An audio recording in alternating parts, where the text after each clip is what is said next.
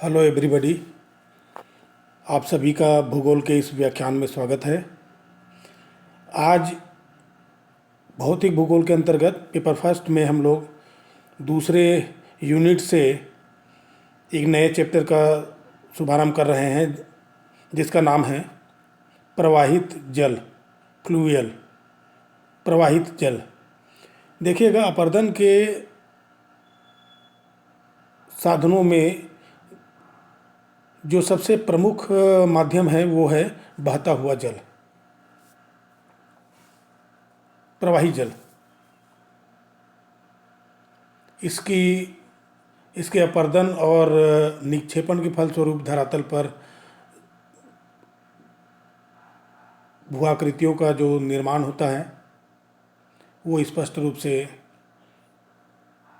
देखा जा सकता है। तो इस संदर्भ में आज हम लोग चर्चा करेंगे प्रवाहित जल का। आइए, प्रवाहित जल।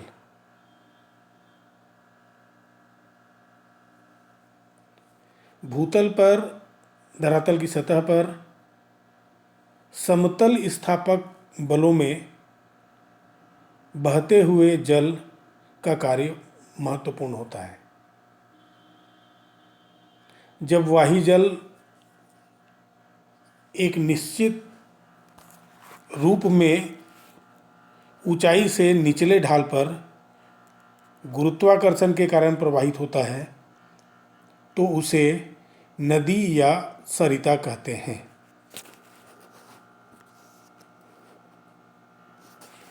वाही जल का आशय यहाँ पर है कि वर्षा का जो जल धरातल पर किसी न किसी रूप में बहने लगता है उसको वाही जल कहा जाता है। और यही वाही जल जब निश्चित रूप से ऊंचाई से नीचे ढाल पर बहता है, ऊंचे से नीचे बहने का जो पानी है उसका महत्वपूर्ण कारण है गुरुत्वाकर्षण का बल।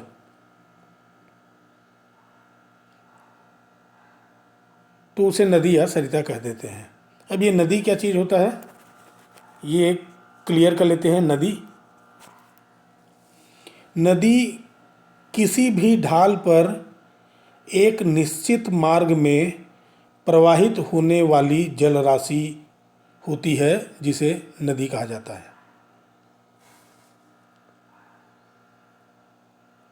जो जल प्रवाहित होता है नदियों के रूप में वो मुख्य रूप से 3 काम करता है। पहला काम वो करता है अपर्दन का। ये अपर्दन क्या है?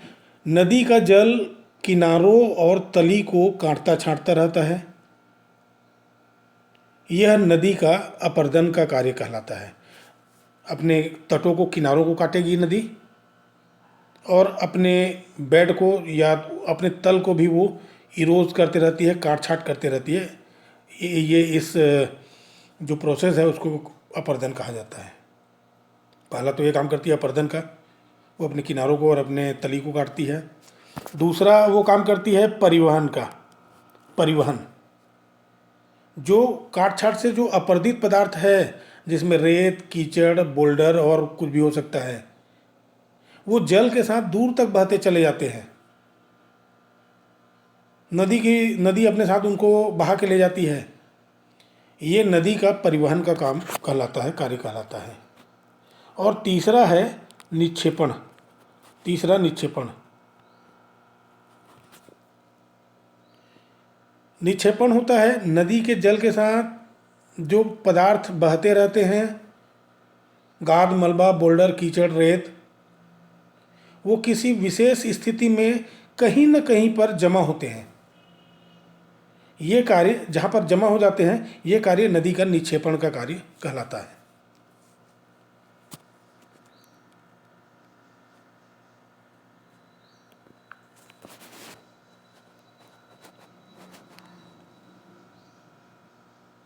चलिए आगे चलते हैं।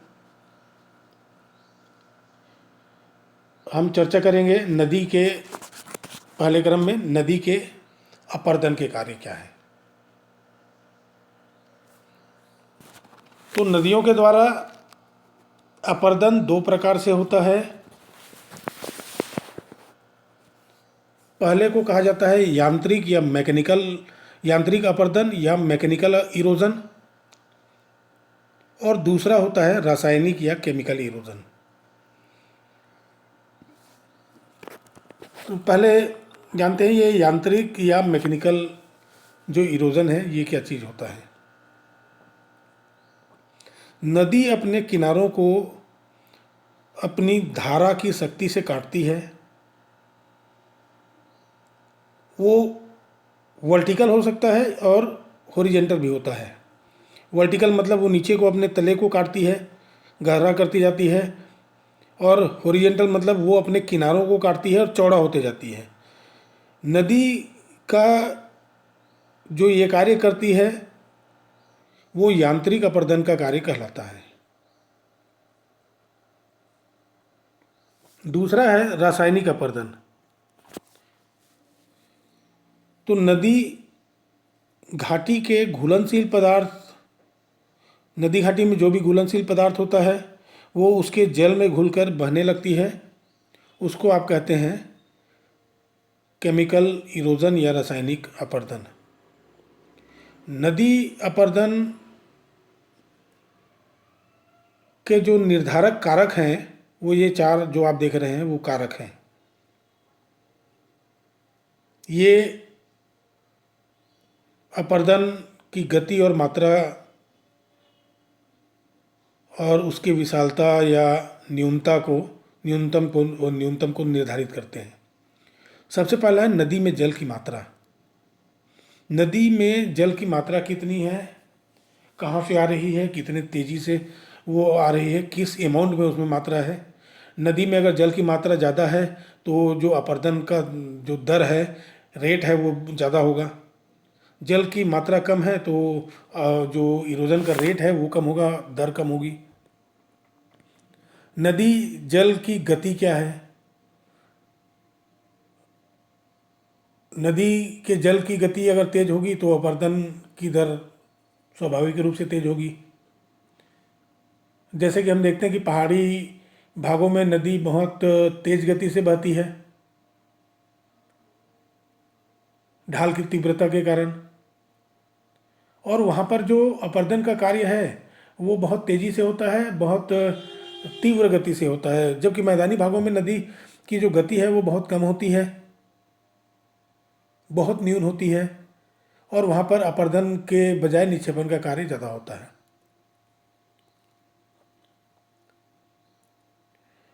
नदी के जल का भार, नदी के जल का भार कितना है।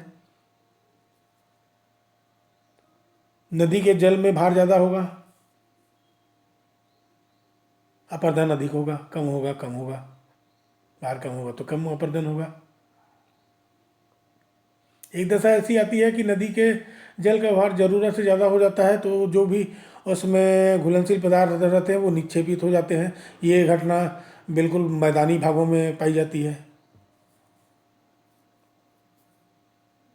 नदी के तल की बनावट, नदी का जो तल है उसकी बनावट कैसी है ये तय होती है नदी जिस भाग से गुजर रही है वहाँ के भूगर्भिक संरचना से।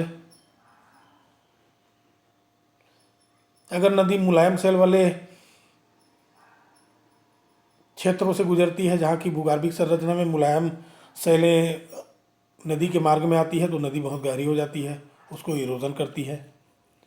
अगर वो कठोर चट्टानी क्षेत्रों से गुजरती है तो अपेक्षाकृत कम अपरदन करती है। नदी के तल की बनावट कैसी है। नदी जब पहाड़ी भागों से गुजरती है तो कैनियन गार्ज वगैरह बनाती हुई वो वी शेप वैली होती है, वी आकार की वैली होती है। उसके तल की बनावट बिल्कुल त्रिभुजाकार होती है, उल्टा त्रिभुजाकार, वी के समान शेप की।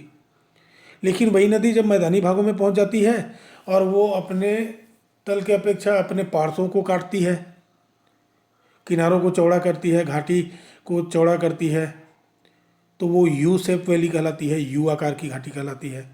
तो नदी के तल की बनावट कैसी है उस आधार पर अपरदन की जो मात्रा है, गति है, दर है, ये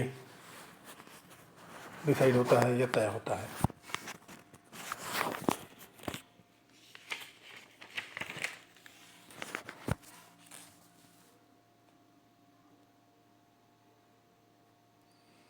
चर्चा करते हैं अगले क्रम में नदी अपर्दन के द्वारा उत्पन्न स्थल रूप। देखिए, जो बहते हुए जल की के कार्य के रूप में हम लोग देख रहे हैं, तो इसमें दो चीज़ें होंगी। एक एक तो होगा कि अपर्दन के कारण बहते हुए जल जल के कार्य में अपर्दन के कारण विभिन्न प्रकार के स्थलाकृतियों का निर्माण होगा, पहला।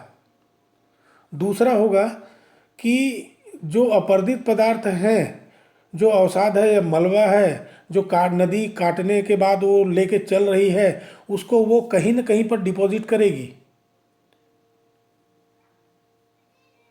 ठीक। तो दूसरे प्रकार के अंतर्गत हम अध्ययन करेंगे नदी का जो निक्षेपण के द्वारा निर्मित स्थलाकृति है।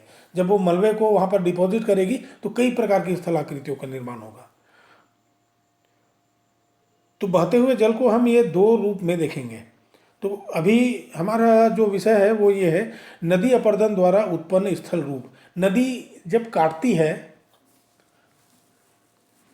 धरातल को या धरातली संरचना को, तो उसके द्वारा किस प्रकार की स्थलाकृतियों का निर्माण होता है, इसके संबंध में हम लोग चर्चा कर रहे हैं।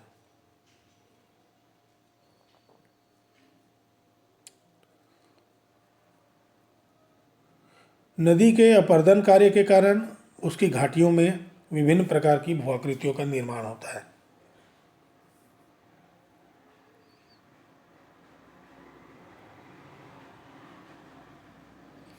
पहली बात करेंगे जलप्रपात की, वाटरफॉल्स।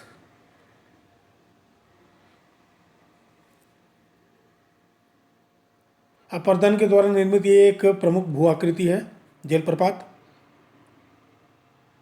इस शब्द से आप पूर्व में परिचित हैं। जब किसी नदी का ढाल साधारण न होकर अकस्मात तीव्र या ऊर्ध्वाधर हो जाता है, वर्टिकल हो जाता है, खड़ा ढाल हो जाता है, तो पानी तेजी से नीचे गिरने लगता है। या ये कहें कि नदियों के जल के ऊंचाई से खड़े ढाल से नीचे की ओर अत्यधिक वेग से गिरने को जलप्रपात कहते हैं। जलप्रपातों की रचना का जो मुख्य कारण है वो नदी की घाटी में कठोर और मुलायम शैलों की असमान उपस्थिति होती है। समतल मुलायम चट्टानी तहों के भीतर यदि कोई कड़ी कठोर शैल की ऊर्ध्वाधर रूप में खड़ी मिलती है तो घाटी में प्रपात बनते हैं। और जो नदी है उसका जो पानी है वो सीधे ये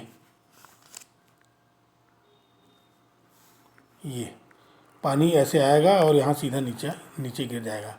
इसको आप कहते हैं जलप्रपात। ये जलप्रपात, वाटरफॉल्स।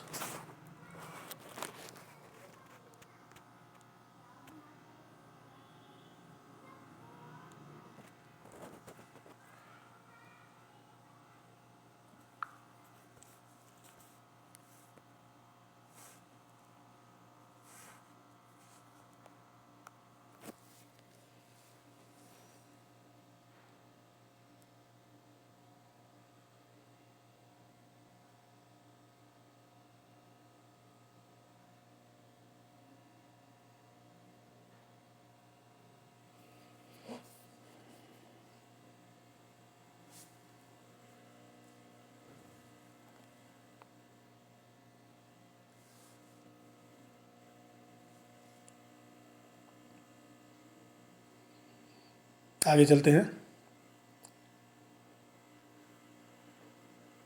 छिपरिका। जब नदी की मुलायम शैलें कट जाती है और कठोर शैल रह जाती है तो नदी के मार्ग में जलप्रपात बन जाते हैं। जब कठोर शैलों का अनुन्नति ढाल नदी के साथ साथ होता है तो वो छिपर छिप्रिका कहलाते हैं, छिप्रिका बनती है। वो सीढ़ीनुमा आपको जो मार्फोलॉजी दिखाई देगी। नील नदी में ऐसी बहुत सारी छिप्रिकाएँ पाई जाती हैं, बिल्कुल सीढ़ीनुमा, लाइक दैट। ये जो नीला सेड आप देख रहे हैं वो रिवर है, ऊपर से नीचे की ओर बह रही है।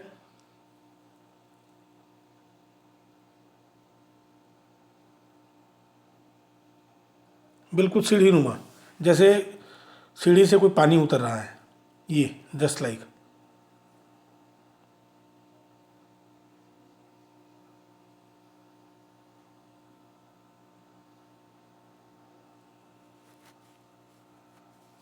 That is a waterfall, rapids.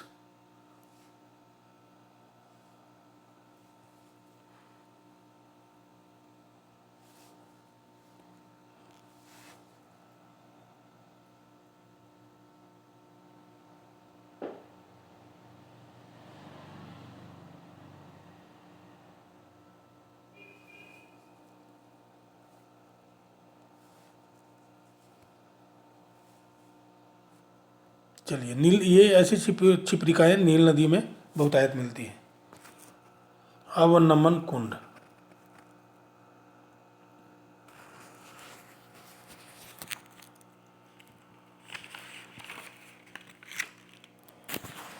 सामान्यतः जलप्रपात के नीचे पाए जाने वाले गड्ढे को अवनमन कुंड कहा जाता है।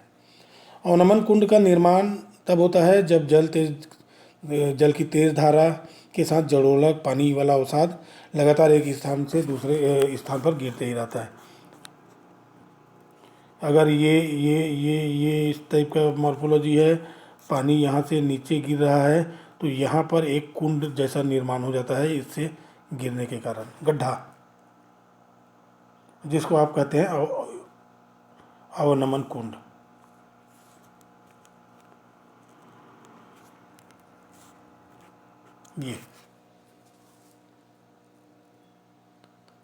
ये समंदर जलप्रपात के नीचे पाया जाता है।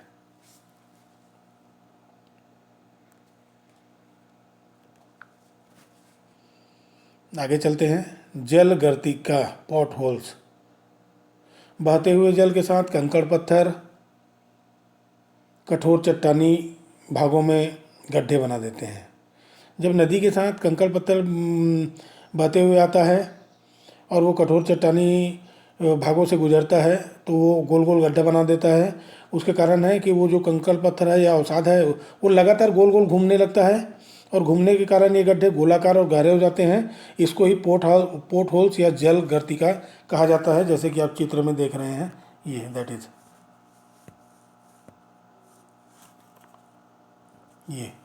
ये पोर्ट होल्स,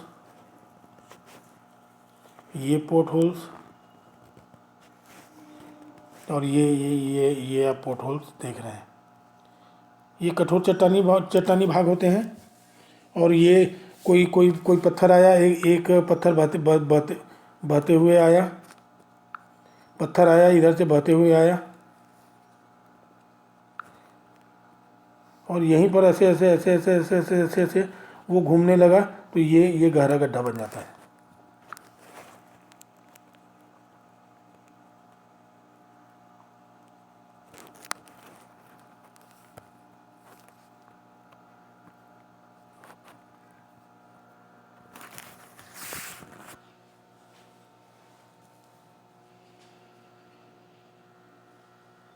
आगे चलते हैं।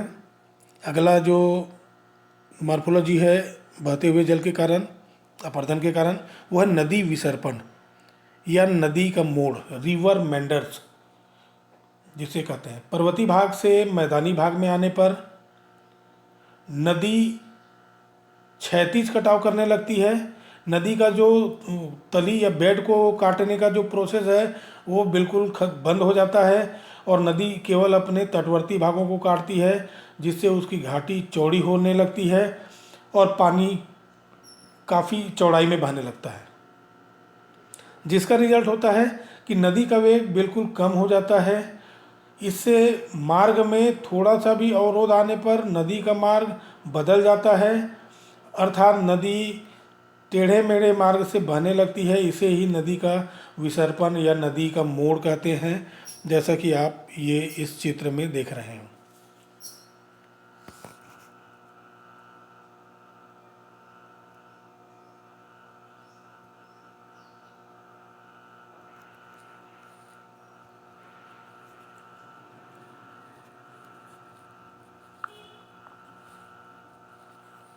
ये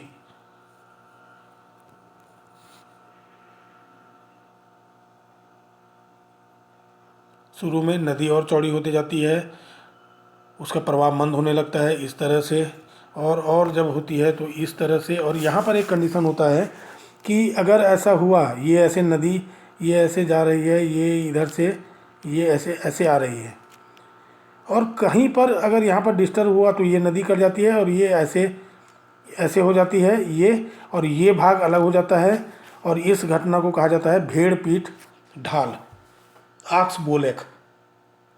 ये भी एक अलग तरीके का मॉर्फोलॉजी होता है। इसके बाद अगला ये मॉर्फोलॉजी होना है। चलिएगा आगे चलते हैं। नदी वेदिकाएं। नदी वेदिकाएं क्या होती है? ये नदी घाटी में विकसित अपरदन की विशेष आकृतियां हैं। नदी जब प्रौढ़ावस्था प्राप्त कर लेती है, वो मैदानी भागों में बहती है। ऐसे समय में यदि नदी पुनर्नवीनीकरण की दशा प्राप्त कर ले तो सारा का सारा ही भाग ऊपर उठ जाता है। किसी भूगर्भिक या आंतरिक हलचल के कारण ये घटना अगर होती है कि नदी विकसित अवस्था में मैदानी भाग में बह रही है और वो पूरा भाग ऊपर उठ जाता है, जिससे कि नदी का पुनर्नवीनीकरण होता है। ऐसी दशा में नदी अपने जो बाढ़कृत मैदान है, जो चौड़ाई के जो भाग हैं अथवा समतल भाग जो बराबर के भाग है, उसको तेजी से गहरा करना चालू कर देती है, जिससे मैदान में सीढ़ीनुमा कटाव हो जाता है। इसे ही नदी वेदिकाएं कही जाती है। ऐसी दशा में बाढ़ निर्मित मैदान अथवा समतल भाग को तेजी से पुनः गहरा करने लगती है। इससे मैदान में सीढ़ीनुमा कटाव हो जाता है। इसे ही आप कहते हैं नदी की वेदिकाएं या रिवर टेरिस। इसको अगर थोड़ा सा समझना है तो मैं डायग्राम बना देता हूँ कि नदी काफ़ी चौड़ी है, काफ़ी चौड़ी नदी है।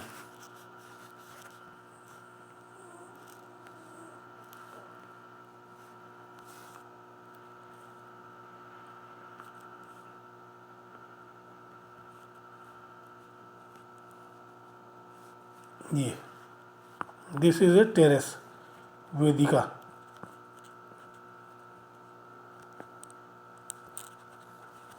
वेदिका ये इस टाइप का आपको भाग दिखाई देगा, नदी वेदिका। चलिएगा आगे आगे बात करते हैं गार्ज की। इसको हिंदी और अंग्रेजी दोनों में गार्ज कहा जाता है। पर्वतीय मार्ग में नदी द्वारा निर्मित गहरी और सकरी घाटियों को गार्ज कहते हैं। इन घाटियों के पार्श्वों के ढाल बिल्कुल खड़े होते हैं, और वास्तव में ऐसी जो घाटियों में तली की अपेक्षा ऊपरी किनारों पे अपरदन अधिक होता है, इसलिए ऊपरी किनारे चौड़े और तली बहुत ही गहरी और सकरी होती है। गार्ज का निर्माण अधिकतर कठोर शैलों में होता है। सिंधु, सतलज, कृष्णा, चंबल के नदी के जो मार्ग हैं उनमें कई स्थानों पर गार्ज मिलते हैं। ये आप देख लीजिएगा, ये जो चित्र है ये पहाड़ी भागों का है। ये जो ऊपरी भाग है वो चौड़ा होगा और जो नदी के नीचे का हिस्सा है वो बिल्कुल बिल्कुल बिल्कुल सकरा होगा, और इसकी गहराई बहुत ज़्यादा होती है। इसे गॉर्ज कहा जाता है। इसी का बड़ा रूप होता है कैनियन।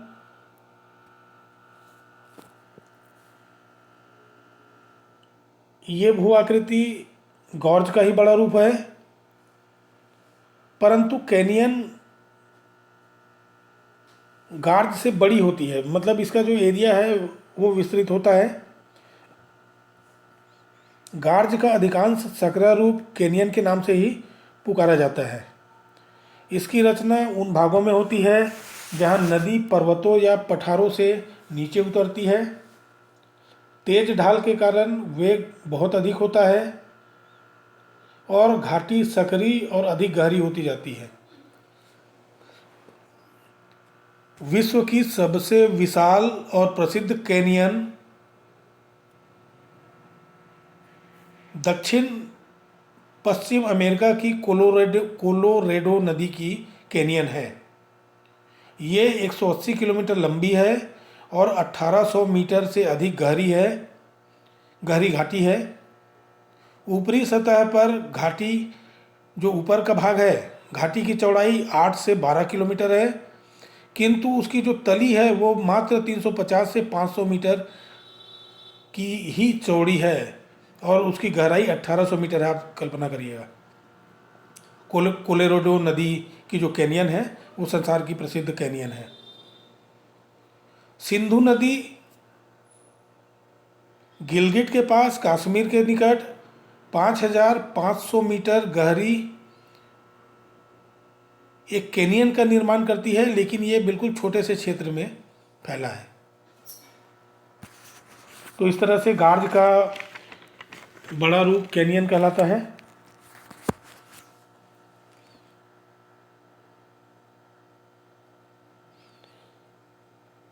अगले क्रम में हम चर्चा करेंगे कि ये तो अभी तक जो हमने अध्ययन किया वो हो गया नदी के इरोजन के द्वारा निर्मित या अपरदन के द्वारा निर्मित जो स्थलाकृतियों का निर्माण होता है।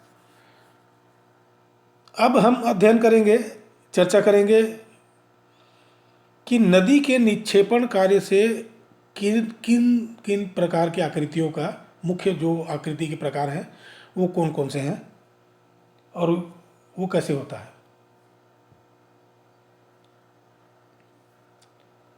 नदी अपने साथ अपरदित पदार्थ, गाद, मलबा, रेत आदि अवसाद को तब तक बहाकर ले चलती है जब तक कि उसकी प्रवाह क्षमता कम नहीं हो जाती। नदी प्रवाह में अवरोध आने पर, जल का ज़्यादा फैलाव हो जाने पर या नदी का जो पानी है उसके वेग में कमी आने पर या जल का जो भार है उसमें ज़्यादा वृद्धि हो जाने के कारण, अधिक जल भार हो जाने के कारण नदी अपने मार्ग में इन पदार्थों को जिसको वो लेके आ रही है, गाद, मलबा, रेत, कीचड़, उनको वो अपने मार्ग में छोड़ने लगती है। इसे नदी का निक्षेपण कार्य कहा जाता है।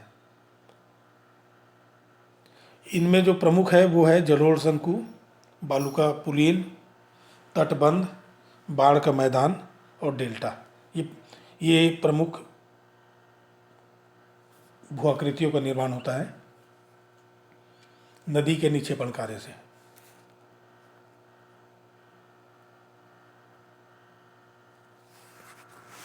जलोढ़ शंकु, एल्यूवियल कोन्स, पहाड़ी भागों से उतरते ही जो पेडिमोंट एरिया है, पर्वतपदीय क्षेत्र है, वहाँ पर नदी घाटी के ढाल में एकदम कमी आने लगती है।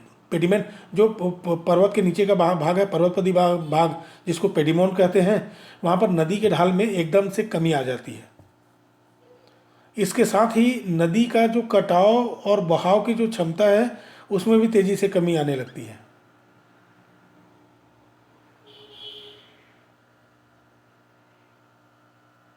और इस कमी के कारण जलोढ़क जो है या अवसाद जो है उनका निक्षेपण त्रिकोणाकार या पंखाकार, पंख के आकार के रूप में होती है, वो जमा करते जाती है। छोटी सरिताएं और नाले शंकु की आकृति के तेज ढाल वाले त्रिकोणाकार जमाव करते हैं। इन्हें ही जलोढ़ शंकु कहा जाता है।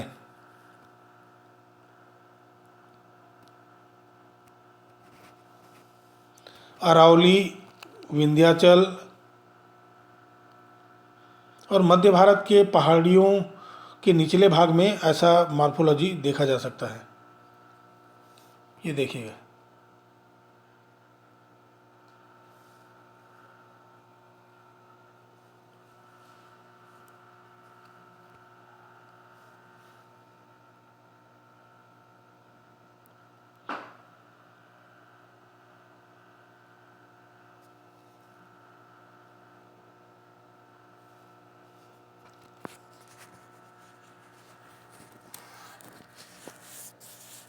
आगे चलते हैं।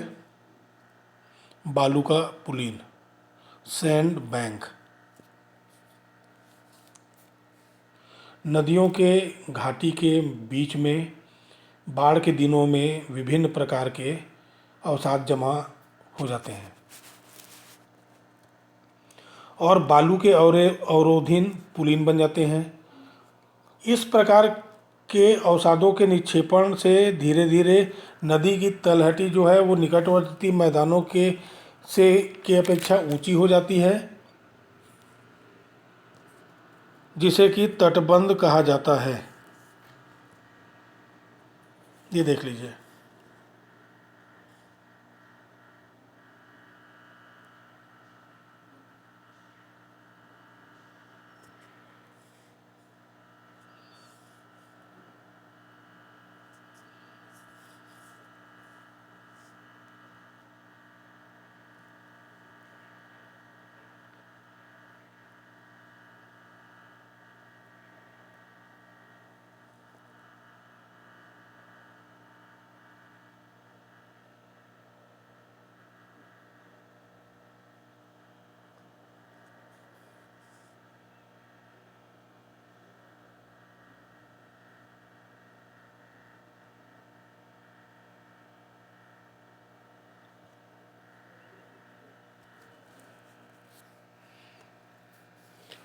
तटबंध मुख्य रूप से मिसिसिपी, पो नदी, वागवो नदी के घाटियों के इर्द गिर्द देखे जा सकते हैं। तटबंध, अच्छा आगे आगे चर्चा करते हैं। तटबंध, तटबंध अथवा प्राकृतिक बांध। लेविस, नदी की मध्यवर्ती घाटी में निक्षेपण अधिक होता है। बाढ़ के समय नदी के प्रवाह की दिशा में जो घुमाव पड़ते हैं उनके किनारों पर मोटी बजरी, बालू तथा कंकड़ पत्थर जमा होते जाता है। इस प्रकार के कगार को तटबंध कहते हैं। तटबंध मुलायम मिट्टी के बने होते हैं, बाढ़ आने पर टूट जाते हैं, जिससे काफ़ी धन जन की हानि होती है। बाढ़ के समय नदी के पानी को रोकने के लिए केवल ऊंचे उठे हुए कगार ही रह जाते हैं। इसी कारण इसे प्राकृतिक बांध भी कहा जाता है।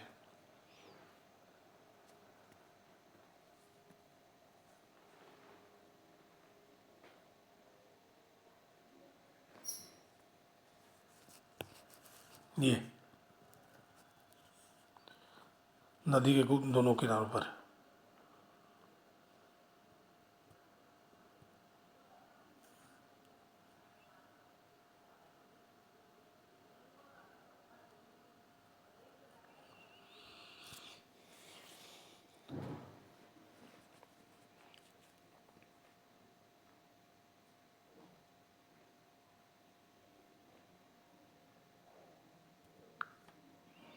आगे चलते हैं। बाढ़ का मैदान, फ्लड प्लेन्स।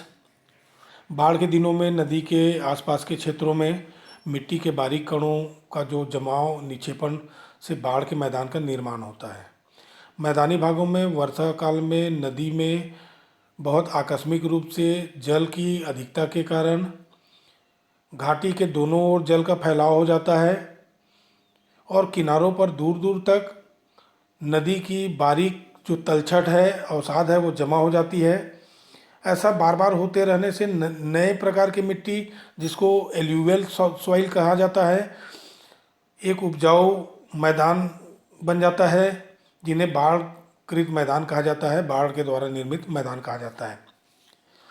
इस प्रकार के मैदान गंगा नदी, वागो नदी, सिंधु नदी, नील नदी, मिसिसिपी आदि नदियों के द्वारा इस तरीके का बाढ़कृत मैदान का निर्माण बहुत व्यापक पैमाने पे हुआ है। नदी के निक्षेपण से जो रिलेटेड कार्य है उनमें ये बाढ़कृत मैदान और इसके बाद जो आने वाला है डेल्टा, वो काफ़ी महत्वपूर्ण है। ये बाढ़कृत मैदान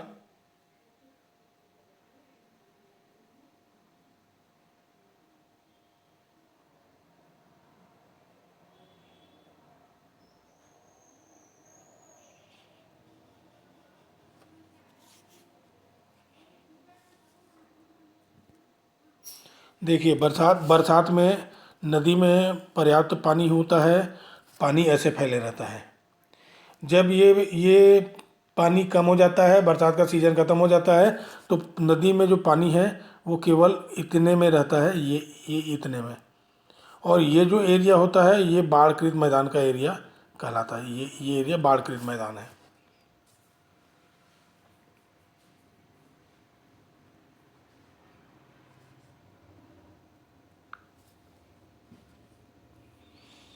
आगे चलिए, ये जो अंतिम मार्फोलॉजी आज के अध्ययन का, वो डेल्टा। जब कोई नदी मुहाने के निकट पहुंचकर, जब वो समुद्र में मिलने वाली होती है नदी, तो मुहाने के निकट पहुंचकर नदी की धारा के मध्य में, तो नदी का वेग इतना होता है कि उस भाग का जल समुद्र में अधिक दूर तक प्रवेश कर जाता है। नदी के जो सेंटर है उसमें बहुत वो स्पीड होता है, तो जो वो पानी है वो भाग का, वो समुद्र में अधिक दूर तक प्रवेश कर जाता है। किंतु जो किनारे हैं, किनारे का जो जल है वो बहुत ही मंद होने से समुद्र के संगम पर ही समाप्त हो जाता है। जहाँ पर समुद्र में मिलता है वहीं पर वो ख़त्म हो जाता है और आगे नहीं बढ़ता है। और वो अपने साथ जो अवसाद ला रहा है उसको वहीं पर समुद्र में जहाँ पर मिलता है वहीं पर वो जमा करने लग जाता है। धीरे धीरे नदी का जल इतना शिथिल हो जाता है, इतना मंद हो जाता है कि वो कई धाराओं में बहकर, वो जमा किया तो फिर अब पानी जाएगा कैसे और कहीं से जाएगा, तो अलग अलग धाराओं में बहकर वो समुद्र में जा मिलता है। इस प्रकार नदियों के मुहाने में डेल्टा, एक ग्रीक शब्द होता है डेल्टा, के आकार का त्रिभुजाकार मैदान बन जाता है। इसे डेल्टा कहा जाता है।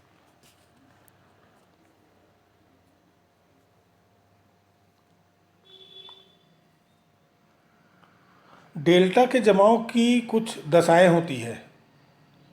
जैसा कि पहला तो है, डेल्टा का ढाल समुद्र की ओर रहता है। दूसरा, नदी की घाटी बहुत चौड़ी होनी चाहिए, विस्तृत होनी चाहिए।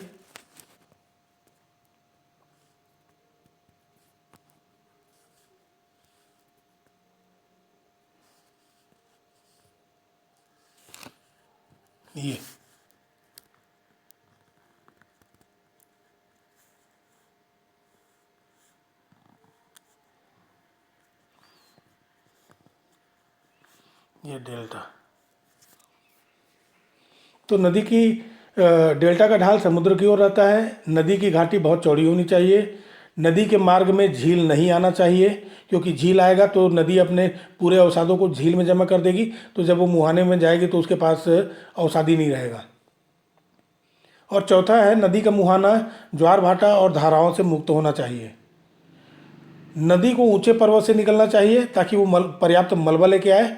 सहायक नदियाँ अधिक होनी चाहिए, जिससे कि वो जो डेल्टा है वो तो बहुत अच्छा विकसित होता है।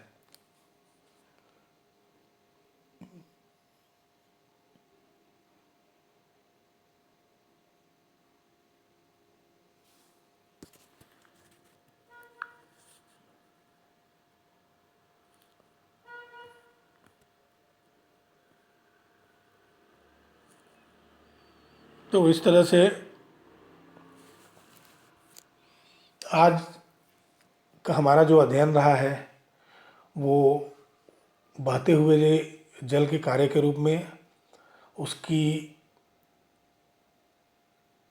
अपरदन के द्वारा निर्मित विभिन्न स्थलाकृतियों का जो वो निर्माण करती है उसके बारे में हमने जाना, और नदी के निक्षेपण कार्यों के परिणाम स्वरूप धरातल पर जो स्थलाकृति विकसित होती है उसके संबंध में हमने चर्चा की।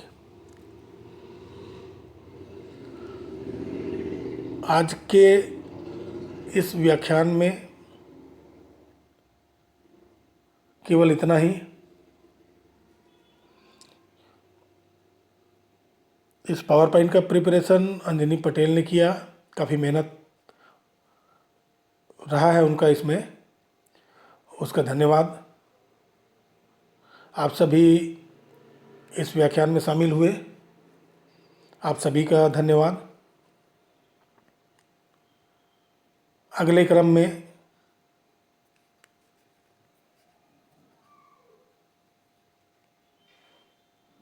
अपरदन के जो और कारक हैं उनके साथ आपसे चर्चा होगी। तब तक के लिए मैं आपसे विदा चाहूँगा। धन्यवाद। Thank you.